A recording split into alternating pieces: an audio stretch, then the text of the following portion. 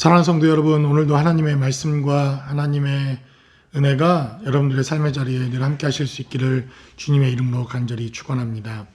오늘 본문에 기록되어져 있는 다니엘서 3장 1절로 12절까지 기록된 말씀을 통해서 우리가 하나님의 말씀에 순종하며 또 하나님 앞에 우리의 삶의 자리를 드리는 축복된 하루가 되실 수 있기를 다시 한번 주님의 이름으로 간절히 축원합니다. 오늘 본문에 기록된 말씀을 살펴보면 느부갓네살 왕은 금으로 신상을 만듭니다. 높이는 60규빗이요 너비는 6규빗이라 그것은 바벨론 지방의 두라 평지에 세웠더라라고 성경은 기록합니다. 우리가 어제까지 기록되어져 있는 한 주간의 말씀을 통해서 느부갓네살 왕이 꾼 꿈, 그리고 다니엘이 그 꿈을 해석하며 하나님의 경륜과 섭리에 대한 하나님의 메시지가 있었음을 우리는 하나님 말씀을 통해서 나누었습니다. 이렇게 하나님의 꿈과 하나님의 경고의 메시지를 들었음에도 불구하고 느부갓네살이라고 하는 왕은 하나님의 말씀에 순종하지 못합니다. 오히려 자신을 높이고 오히려 자신을 드러내고 오히려 자신을 우상화하는 이러한 일을 오늘 본문에서 시작합니다.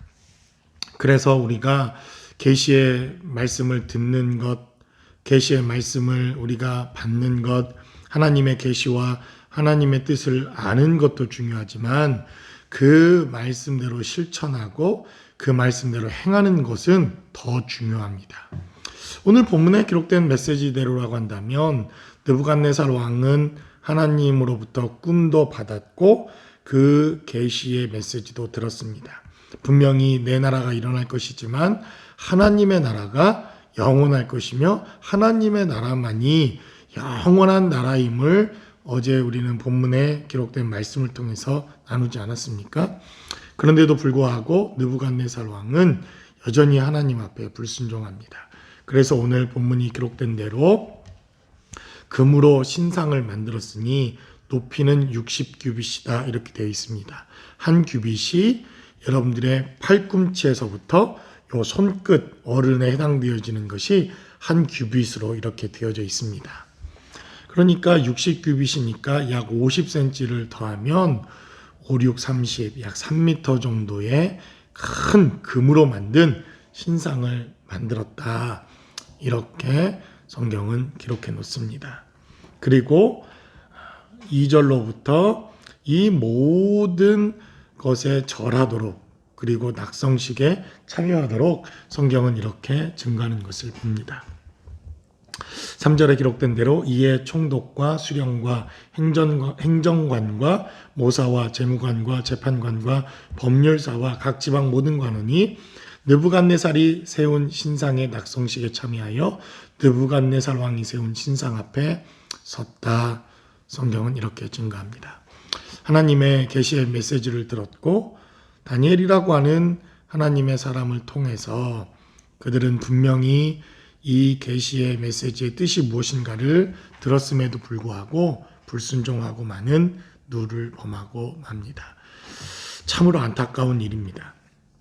그리고 이제 하나님의 사람인 다니엘과 그의 친구 하나냐와 미사엘과 아사랴라고 하는 하나님의 사람도 이 금신상 앞에 서게 하는 이러한 일들이 오늘 본문 가운데 말씀을 통해 기록됩니다.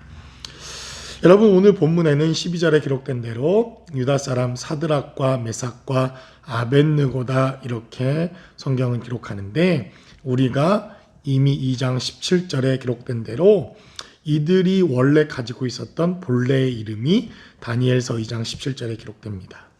나의 이름은 대단히 중요합니다. 내가 누구로 불려지는가? 내가 누구인가? 나의 정체성을 아는 것, 이것은 대단히 중요합니다. 그래서 바벨론 포로로 붙잡혀간 하나님의 사람들의 이름을 바꿉니다.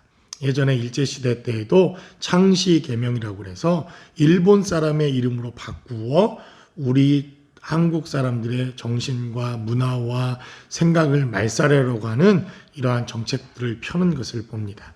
그래서 다니엘이라는 이름은 벨드사살이라고 하는 이름으로 바뀌게 되고 하나냐와 미사엘과 아사랴는 오늘 본문에 기록된 대로 사드락과 메삭과 아벳느고라고 하는 이름으로 바뀌게 됩니다. 여러분, 다니엘이라고 하는 이름은 무엇입니까? 하나님은 심판자이시다라고 하는 뜻입니다. 그러나 벨드사살은 벨이 왕이다, 이러한 우상을 숭배하는 이름으로 바뀌어 다니엘의 이름을 바꿔 부릅니다. 그리고 하나냐라고 하는 이름은 여호와의 총애를 받았다라고 하는 뜻인데 사드락이라고 하는 이름으로 바꿉니다. 락이라고 하는 이러한 태양신이 있는데 그 태양신에게서 태어난 남자다, 이러한 이름으로 바뀌고, 미사엘은 메삭이라고 하는 이름으로 바뀌게 되는데 이 메삭이라고 하는 것은 여인의 후손이다 혹은 여신의 아들이다, 이러한 뜻을 가지고 있습니다. 우상을 숭배하던 이들이 여신이 있었는데 그 여신의 이름을 따서 메삭이라고 이름한 것입니다. 그리고 아벳느고라고 하는 이름은 불의 신의 아들이다 라고 하는 뜻을 가지고 있는데 그의 본래 이름은 아사랴라고 하는 이름입니다. 나의 의로움은 여호와께로부터다 라고 하는 이름인데 그 이름도 불의 신의 아들이라고 하는 뜻으로 이름을 바꾸게 됩니다. 그래서 여러분, 나의 정체성은 대단히 중요합니다. 우리가 그리스도인이라고 불리는 것, 내가 목사라고 불리는 것, 내가 장로라고 불리는 것, 내가 권사라고 불리는 것은 그냥 그 직분이 주는 의미, 그래서 교회에서 내가 목사로, 장로로, 권사로, 집사로 어떠한 행세를 하라고 이렇게 붙여진 직분이 아니라 그 불려진 이름대로 살라고 하나님이 우리에게 주신 이름입니다. 그래서 이들은 다니엘과 또 하나냐와 미사엘과 아사랴라고 하는 이러한 이름대로 살아왔고 이러한 이름대로 살아가기를 결단합니다. 우리가 잘 아는 것처럼 이들은 자신의 이름이 우상의 이름으로 불리워졌지만 끝까지 하나님의 사람으로 남기를 원했고 하나님의 사람으로 살아갑니다. 그래서 우리는 벨드사살 혹은 사드락과 메삭과 아벳느고 이 이름을 기억하기보다는 다니엘 혹은 하나냐, 미사엘, 아사랴와 같이 하나님의 사람의 이름을 기억하고 그 이름들을 기억하는 것이 대단히 중요합니다. 그래서 대부분 제가 목사 안수를 받기 전 목사 고시를 치르게 되는데 그때 문제가 나왔던 문제 중에 하나가 이것입니다. 사드락과 메삭과 아벳느고의 원래 이스라엘의 이름을 기록해라. 이것이 목사고시에 자주 등장하는 그러한 시험 문제이기도 합니다.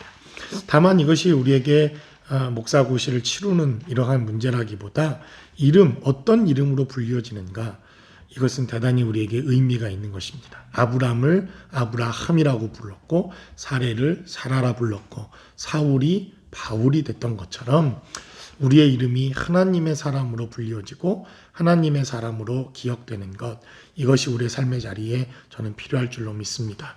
이 시대에도 저와 여러분들의 삶의 자리에 이러한 하나님의 은혜가 함께해서 하나님의 축복과 은혜가 늘 함께 하실 수 있는 저와 여러분들의 삶의 자리가 모두 되실 수 있기를 주님의 이름으로 간절히 축원합니다.